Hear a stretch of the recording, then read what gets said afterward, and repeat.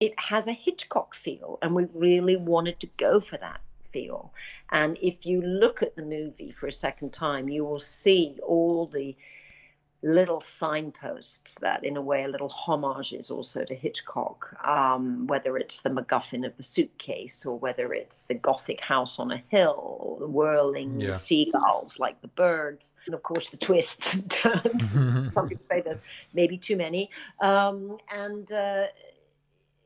I'm just so delighted, really, that what we attempted to achieve, which was a commercial mystery thriller with an art house heart, which also talks about art and madness and how far you would go for your art, what you do. And I do think there is a conversation as well about that. The idea that artists are supposed to be subversive. And interestingly enough, this is something that I think is also sort of very German. And one of the things that we have a photographer in this movie called Raven. And it was what he was trying to do to push the envelope for his art, where we cross a line, where Rosalind is involved, and this involves her past and her childhood, which is what catches up with her by the end, and what Will has to discover. And I actually was looking at, a lot to do with artists, Helen Vine, for example, who you may know, who is Austrian. If you look at his work, he uses his daughter, and some of it is really disturbing.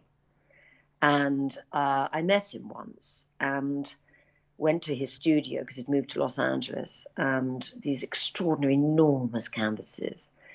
And I asked him, I said, how does your daughter feel about the way you use her in these photographs?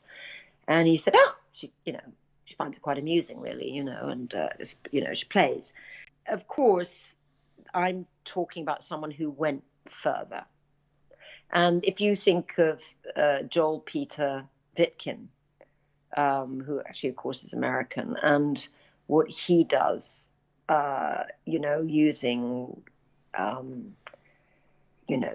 almost dead bodies and things. But and Robert Mapplethorpe, and these guys are lauded, and I do believe their work is extraordinary, and they are, again, subversion is very important for an artist. If Michelangelo hadn't gone into, the mortuaries to draw, which of course was heretical at the time, but he needed dead bodies to be able to look at the sinews and muscles and to be able to draw them. And there was a very enlightened bishop, I think, who gave him the key to the mortuary, the church mortuary in Florence. And he'd sneak in there at the dead of night and look at the bodies and draw them. And, so we have a long history of accepting that artists are allowed to cross a line. But it's also a conversation that I think is worth having. How far are they allowed to cross the line? And then when you also add that into whether it's Harvey Weinstein and, those kind of situations, I do think it's really powerful and really interesting. And, topics to tackle in movies like this. Yes.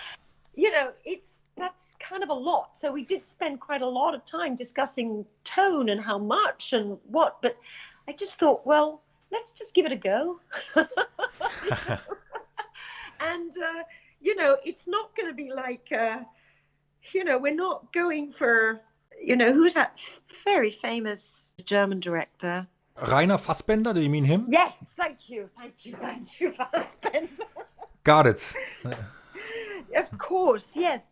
And I mean, I have to say, when I first started the movie, and I was almost thinking along those lines, are we going to go as dark as that?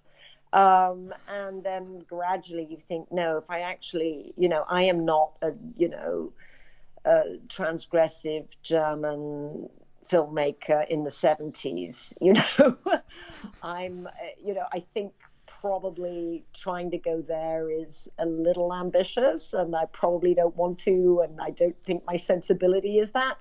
But I wanted to touch on it as well, and that's what I'm hoping, that The Bay is Silent touches on all these topics, as well as being a linear 3-act structure that also has got great performances and is quite thrilling and at times, a little shocking.